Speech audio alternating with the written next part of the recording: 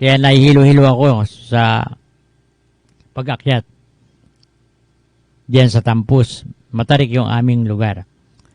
Pero salamat sapagkat ang Diyos ang nagbibigay ng lakas. Siya yung aking kalakasan. Sa Kanya nagmumula yung aking lakas para magpatuloy. Tayo po ay senior na, magsi-63 na tayo at marami na rin tayo nararamdaman. Sabi nga, mukha tayong 50 pa lang, pero sa lakad, doon nagkakatalo eh. Pag lumakad na, lakad senior na. Pero sa mukha, lagi tayo nakangiti. Mukhang bata pa naman tayo. Pagka tayo lagi nakangiti, huwag lang tayo lalakad kasi pag lumakad, malalaman lakad ng senior eh. Hindi pwedeng ipagkaila kapag ikaw ay senior na eh. Marami nang sumasakit sa paa, binti, at iba pa. Tapos paglalakad ka pa ng matarik. Tapos mainit pa sikat ng araw. Talagang napakahirap. Pero salamat sapagkat sabi sa Philippians 4:13, I can do all things through Christ, which strengthened me. Magagawa ko ang lahat ng bagay dahil kay Kristo na nagbibigay sa akin ng kalakasan. Kaya sabi riyan, sa Kanya nagmumula ang ating lakas.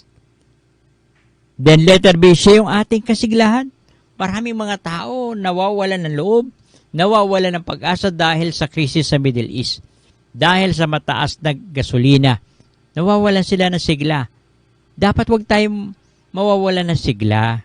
Dapat, ano man ang mangyari, tumaas man ang langis, mataas man ang bilihin, wag nating kakaligtaan na maging masigla. Yun lang nga ang libre. Yun lang nga ang hindi tumataas. Yun nga lang hindi naapektuhan. Maapektuhan pa. Dapat lagi tayong masigla. Sabi doon sa Philippians 4:4, rejoice in the Lord always, and again I say, rejoice. Yun lang ang walang bayad. Ang magalak, tapos malulungkot ka pa. Kaya wag tayong malulungkot. Tuloy lang ang laban. Sabi sa Philippians 4:4, rejoice in the Lord always. And again, I say rejoice. Alam niyo po, nung isinulat ni Apostol Pablo, yung Philippians 4:4, siya po ay nilatigo. Siya po ay pinalo. Siya po ay pinangaw. Siya po ay kinulong. Pero, siya po ay umawit ng papuri sa Panginoon at nagagalak sapagkat hindi man lang may kumpara yung hirap na kanya naranasan sa hirap ng Panginoon. Sabi doon sa Romans 8:18, for I reckon that the suffering of this present time shall not be worthy to be compared in the glory that will be in us. Yung mga kahirapan na ating nararanasan ay hindi may kukumpara sa kalwalatian sa inaharap. Kaya, sabi ni Paul, for I reckon that the suffering of this present time shall not be worthy to be compared in the glory that will be in us. Kaya, kahit nahihirapan tayo, mahal ang bilihin, kahit siyang ka tumingin, mataas ang bilihin. Kaya sabi sa Hebrews 12, verse 2, looking unto Jesus, the author and finisher of our faith. Sa Panginoon tayo tumingin, huwag sa ating problema, huwag sa ating sarili. Kasi pag tumingin tayo sa sarili natin, madi-discourage tayo. Pag tinignan natin yung pera natin at kulang, madi-discourage tayo. Pag tinignan natin yung mga tao na inaasahan natin na tutulong sa atin, tapos hindi makakatulong, madi-discourage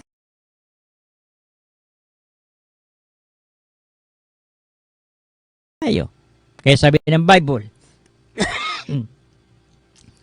looking unto Jesus, the author and finisher of our faith. Pahirap ng pahirap ang buhay. Yan po ay katuparan na ang Panginoon ay malapit na bumalik. Anong oras pwede siyang bumalik? Narito na ang lahat. Kaya pinatitibay ng mga nangyayari sa kapaligiran na totoo ang Scripture. Maraming mga tao hindi naniniwala. Basahin nyo ang Matthew 24. Basahin nyo ang Biblia. At tignan nyo yung mga nangyari sa hinaharap at sa kasalukuyan at sa nakaraan. Makikita nyo, totoo ang scripture. Totoo ang salita ng Diyos. Kaya yung mga nagtitiwala sa Panginoon, nagagalak pa. Isipin mo saan ka nakakita. Hirap na. Mahal pa ang bilihin. May pagsubok pa. Pero nakakangiti pa. Nagpapasalamat pa. Kasi sabi sa 1 Thessalonians 5:18, "In everything, give thanks, for this is the will of God in Christ Jesus." Nahihirapan ka na. Wala ka nang pambili. Hirap na hirap ka na sa buhay. Pero nagagawa mo pa rin magpasalamat sa Diyos. Opo. Maraming dapat tayo ipagpasalamat. Nagising ka ng malakas, nakakapunta ka ng CR. Pasalamatan mo kasi kapag hindi ka nakapunta ng CR, may diferensya ka sa bato. Ang hirap ng nagdadialysis. Lalo na kung 3 times a week. Ang hirap po yan. Kaya kung tayo po ay nakaka-CR sa umaga, pasalamatan natin. Pasalamatan natin. Kaya sabi sa Bible, "In everything, give thanks, for this is the will of God in Christ Jesus." Nahihirapan ka na, nagpapasalamat ka? Oo, dapat tayo magpasalamat. Naalala ko na naman yung mag-amay. Yung anak niya, walang sapatos. At lagi niya kinukulit yung tatay niya, ordinaryo lang na manggagawa at yung kanyang kinikita, sapat lang sa pagkain at saka pang-upa sa bahay. At lagi niya kinukulit, tatay, gusto ko naman magkaroon ng sapatos. At isang araw, pauwi na yung tatay, napadaan siya sa mall, nakita niyo isang lalaki na walang paa. Kaya, nung makauwi siya sa bahay, dali-dali niyang sinabi sana, "Anak, sama ka sa akin sa mall." "Ay, bibili mo na ako, tatay, ng sapatos." Tahimik lang yung tatay. "Basta sumama ka sa akin."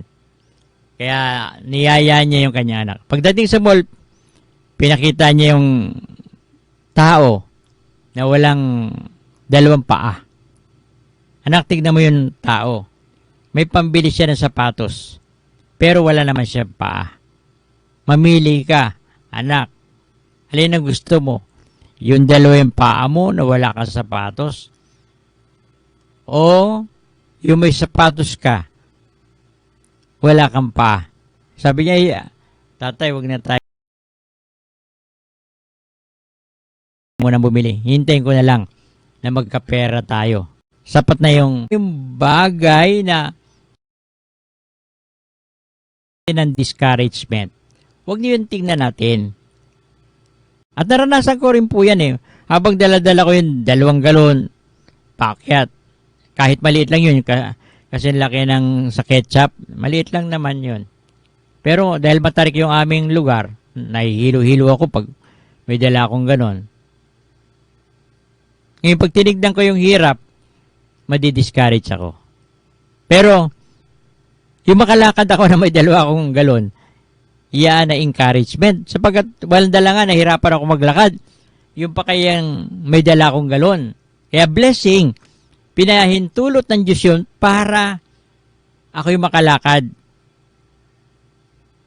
Sa araw-araw, pagpupunta ako ng Bible study, hirap na hirap akong humakbang. Pero salamat sapagkat nakakatulong ito para lagi akong lumakad. Sabi nga ng mga senior, galaw-galaw para humaba ang buhay. O totoo po yun, kapag ikaw ay senior tapos hindi ka nagkikilos, talagang iiksi ang buhay mo. Kulang ka sa exercise, nakaupo ka lang. Kaya yung ating mga nararanasan ay pinapahintulot ng Diyos para sa ating ikabubuti. Then, let us see, siya yung pinanggagalingan ng ating tapang. Kaya sabi dun sa Isaiah 41:10, "Fear thou not, for I am with thee. Be not dismayed, for I am thy God. Yea, I will strengthen thee. Yea, I will uphold thee with the right hand of my righteousness." Ngayon, kung nararamdaman mo yung pagtulong ng Panginoon, nagpapanibagong lakas ka. Nagpapanibagong sigla ka. Nagkakaroon ka ng tapang.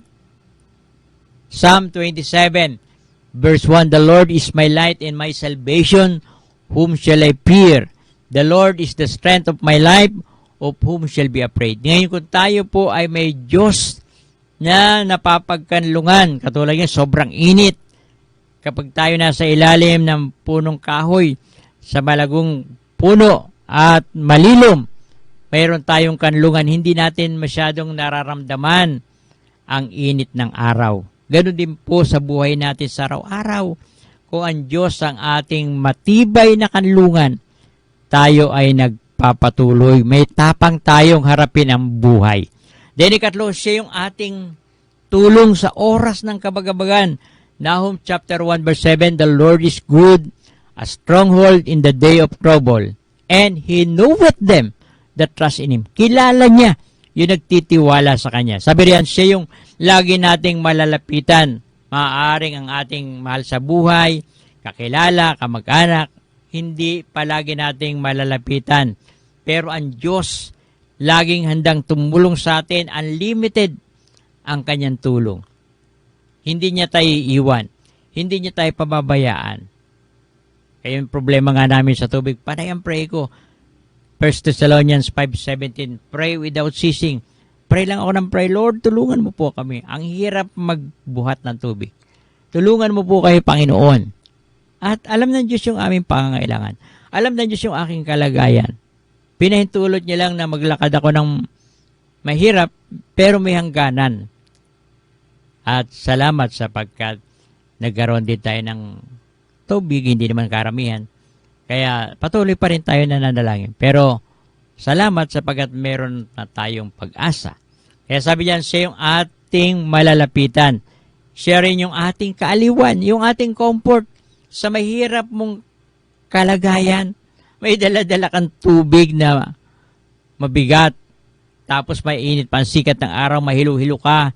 Pero meron kang kagalakan sa puso mo kasi may Diyos na umaalalay sa iyo. May Diyos na nagbaback up sa iyo. May Diyos na tumutulong sa iyo. Nararamdaman mo yung presence ng Diyos. Nararamdaman mo na may Diyos na umaaruga sa iyo. May Diyos na nagkakalinga sa iyo. Kaya naroon yung kaaliwan. Nakakangiti ka kahit nahirapan ka. Nagagala ka kasi may Diyos na buhay na malalapitan sa oras ng kabagabagan. At siya yung ating lagi matatakbuhan.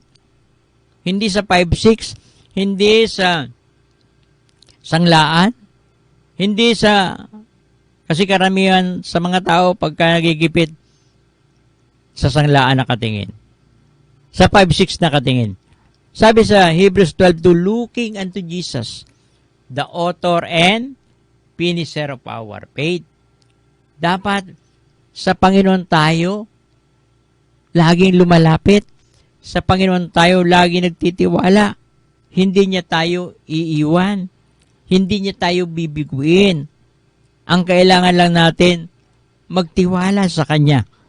Lalo na sa panahon ngayon na napakataas ng oil, mataas ang bilihin, tapos maliit ang ating kita, maliit ang ating tinatanggap. Kaya, wala tayong ibang malalapitan kundi ang Panginoon. Kaya kung nanonood ka sa ating programa sa Marinduque News, nakikinig ka sa radyo natin sa anumang lugar ka naroon, sa Diyos ka tumingin. Sa Diyos ka manangan. Sapagkat hindi tayo bibiguin ng Panginoon. Hindi niya tayo pagkukulangin. At kapag nangyari yun sa buhay mo, naroon yung kaaliwan. At yung sinasabi ko, experience ko, hirap na hirap kami sa tubig. Hirap na hirap kami at malaki na nagagastos namin. Pero, salamat, may Diyos na umaalalay. Na sa kabila nun, mayroong comfort, kaaliwan. Na bagamat may panahon na hihirapan ka, na di-discourage ka, nawawalan ka ng loob, nawawalan ka ng pag-asa, mayroong isang boses na bumubulong sa iyo na nagsasabi huwag kang mawawalan ng loob, huwag kang mawawalan ng pag-asa, hindi kita iiwan, hindi kita pababayaan. Kaya ano man yung pagsubok na ating kinakaharap, anumang bigat ng ating pasan, sabi sa Matthew 11:28, "Come unto me, all ye that labor and are heavy laden, and I will give you rest." At sa ating pagpapatuloy, patuloy na ipanalangin natin ang ating bansa, ang ating Pangulo. Maraming mga nagpapakalat ng fake news, sinisira ang ating Pangulo. Pag po ganon, sabi sa Bible, igalang natin ang hari o presidente. Ipanalangin natin. Huwag natin sirain. Kung sino ang nakaupo, igalang po natin. Gabayan siya ng Panginoon. Huwag niyong sumpain ang ating Pangulo, sapagkat pare-parehas tayong maapektuhan kapag mali ang desisyon ng ating Pangulo. Kaya dapat ilapit natin sa Panginoon ang ating mga nanunungkulan. Bigyan sila ng karunungan. Bigyan sila ng kaalaman. At sa ating pagpapatuloy, binabati natin ang ating mga kaibigan sa Luzon, Visayas, Mindanao, si Dr. Edwin Tan, si Dr. Perdi Marasigan, si Bishop Robel Solesa, at ganoon din, binabati rin natin mga kaibigan natin sa Canada. Patuloy na pinagpipray din natin si Pastor Arnold sa Canada, ganoon din si Pastor Vincent. Binabati rin natin mga kaibigan natin sa Australia, sa US, si Sister Olive, Pastor Gentry, ganoon din si Pastor Mike Galvez, at ganoon din ang iba pa nating kaibigan dyan sa US. Binabati rin natin ang mga kaibigan natin sa Europe, ganoon din sa India, sa Africa, ganoon din sa Cambodia, Vietnam, Indonesia, Hong Kong, at sa 21 missionary na ating sinusuportahan. Binabati natin ng magandang umaga. Binabati rin natin ang aking mga kapatid, si Ate Raquel, si Jimmy, si Ate Babe, si Elizabeth, si Chel, si Nunoy, si Susan, si Clark, si Blaine, si Jam, at si Oliver. Ganoon din si Ate Alice, si Ate Annie, Singo, si Eleanor, si Jefferson, at si Emily. Tayo po yung manalangin sa mandali. Dakilang Diyos na makapangyarihan sa lahat. Salamat po sa patuloy na paggabay mo sa amin. Salamat sa pag-asa. Salamat sa kalakasan. At patuloy ko, Diyos, ang manguna sa aming bansa, ang aming mga leader. Ikaw po ang manguna sa aming presidente, sa aming governor, congressman, mayor. Ganoon din kay PD. Ganoon din po ang lahat ng mga nanonood sa Marinduque News at sa mga nakikinig sa radyo natin. Ikaw po ang patuloy na manguna, gumabay, at kung mayroon silang pasanin, ikaw po ang patuloy na magbigay ng kagaanan. Ganoon din po ipinapanalangin din namin o Diyos ang iba pa naming mga request na hindi namin nabanggit lahat. Patuloy ko, Diyos, ang magbigay sa amin ng pagtatagumpay at pag-asa. Ang lahat at kami dalangin sa matamis na pangalan ni Kristo Jesus. Amen. At sa ating pagbati, binabati ko ang aking may bahay, Sister Jenny, si Jemima, si Roland, si Sophia.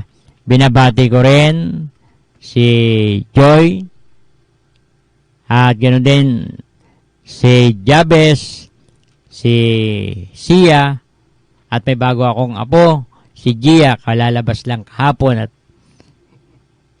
siya ay medyo masigla na. At ganoon din si Ian, binabati rin natin. Binabati rin natin si Jalen, si Parge, ganoon din si Ledor, si Argel, si Cristel, si Kim. Binabati rin natin ang lahat ng member ng Solid Rock Bible Baptist Church. Ganoon din, binabati rin natin ang lahat ng kaibigan natin pastor, ang PB, and Spin Media, si PD Colonel Cornelius Tanidia Jr., ang Buwak at Magpug Fire Station, ang MSWDO, ang PSWDO, ang Team PD, Team Daniel, Team Moses, at Team HPG. Binabati rin natin ang Buwak MPS, Magpug MPS, ganoon din ang Rossi Motors, ang Motor Trade. Binabati rin natin ang Batch 81 ng Malindig Institute, Ganon din Bili alumni ang Kauswagan. Binabati rin natin si Ma'am Mercy, si Ma'am Ella, si Ma'am Gawili, si Tatang Oka, si Ma'am Lorna Naling. Ganon din, binabati rin natin ang mga taga-Kapalengke, sa Gulaya, sa Karinderya, sa grocery store, ang mga tricycle driver at jeepney driver. Ganon din binabati rin natin yung mga taga-mobile force. Ganon din yung ating mga kasamaang lupon sa Barangay Tampos sa pangunguna ni Kapitan Arnel Lasso. Ganon din ang lahat ng ating mga kapitbahay at sa lahat ng mga taga-Katampos, binabati natin ng magandang umaga. At muli, tayo po ay nag-aanyaya every Sunday 9 to 11:30, pag Wednesday 6:30, pag Friday 6:30 at Saturday 11 to 11:30. At yung ating partnership GCash number natin 099-5540-6598. Ay natutuwa tayo, nakaipon tayo ng more than 500 yung aming prayer fellowship. Kahit pa 20-20 lang, 30, nakakaipon din. Kaya kung gusto niyo maging kabahagi ng ating programa, huwag niyong kaliligtaan na maging partner kayo sa ating programa sa GCash natin 099-5540-6598. Ito po muli si Bishop Fred Riego ng Solid Rock Bible Baptist Church. Magandang umaga at ang pagpapala ng Panginoon ang sumating lahat.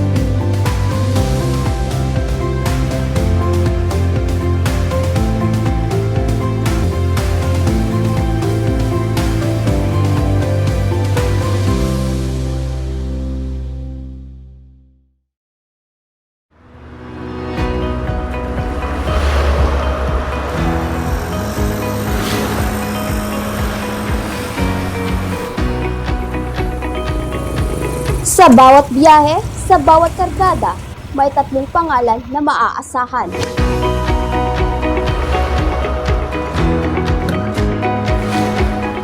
Dito, siguradong tamang timpla, tamang takal, at tamang halaga. Dahil sa Petromax, Alpha Fuel, at Powermax, priority ang kalidad sa bawat patak ng gasolina. Sa bawat pag-andar, kasama nyo kami para sa mas ligtas at tuloy-tuloy na biyahe. Petromax, Alpha Fuel at Powermax, the green and clean fuel. Hi, good morning sir. Can you taste our coconut vinegar? Mushi mushi. Yeah, dip.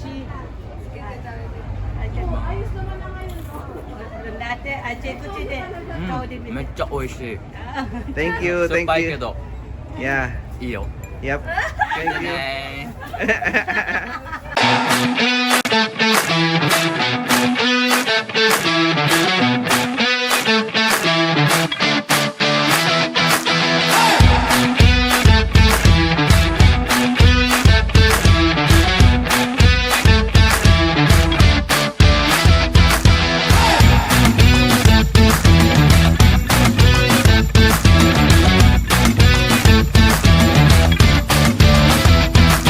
Init, pagod, uhaw, o baka ma-heat stroke ka niyan. Siguraduhin laging hydrated kasama ang Water Care Purified Drinking Water. Huwag kang mag-alala dahil malinis, dekalidad, ligtas, at masarap ang tubig natin dito. Regularly minomonitor ng local health official, pasado sa microbial potable water at physiochemical analysis water na isinagawa ng DOH accredited laboratory. Water Care Purified Drinking Water satisfies your thirst, cares for your health. Order now! Sa panahon ngayon, mahalagang may pinanghahawakan tayong tama, totoo at maaasahang impormasyon. Kaya naman dito sa Lucky 7 Cable Channel 3, ipinagmamalaki namin ihatid sa inyo ang mga programang nagbibigay serbisyo, gabay at aral sa bawat pamilyang Marinduqueño. Mula sa matapang na pagtalakay ng kalutang ng pulisya sa programang nagbibigay linaw at direksyon, ang Boss Program. Sa masusing pagbusisi sa balita at isyu sa tsapa at sa araw-araw na pagninilay sa salita ng Diyos mula sa Ebanghelyo. Kasabay na makatotohanang pagtutok sa mga pangyayari sa ang realidad at tuloy-tuloy na tulong at impormasyon sa serbisyong Senyo All. Nandyan din ang Carry On Air, ang boses ng mamamayan, Si Mayor Army de la Cruz Carril. ang erguhan at balitaan, hatid ang init ng balitang lokal, at ang balitaan sa sentro ng Pilipinas para sa mas malawak at mas malalim na pag-unawa sa mga kaganapan sa buong bansa. Lahat ng ito, impormasyon, inspirasyon at tunay na serbisyo sa publiko. Mapapanood lamang dito sa Lucky 7 Cable Channel 3, sama-sama sa balita, serbisyo at tunay na malasakit para sa bayan.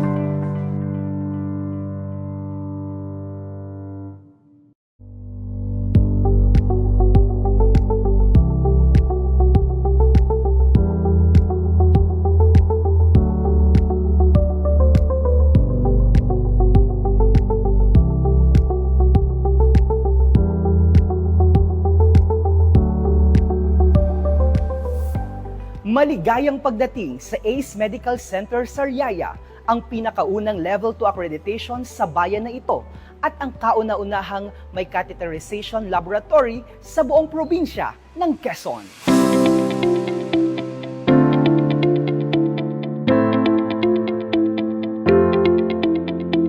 Dito, mararanasan mo ang state-of-the-art facility na parang hotel ang accommodation.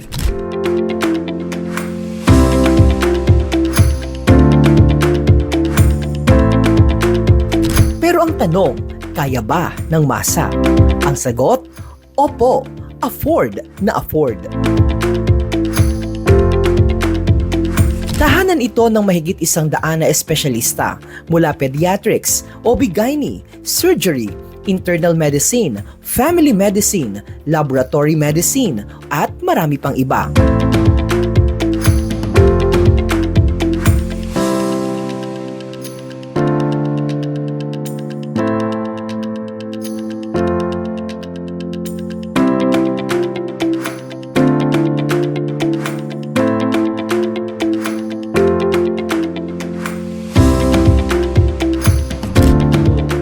Kaya samahan niyo ako para puntahan ang isa sa ipinagmamalaking pasilidad at serbisyo ng ACE Medical Center Sariaya, ang Laboratorio ng Catheterization, first in Quezon.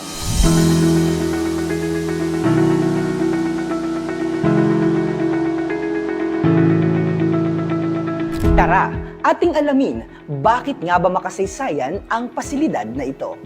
Saan ito ginagamit at sino-sinong pasyente ang maaaring makinabang dito?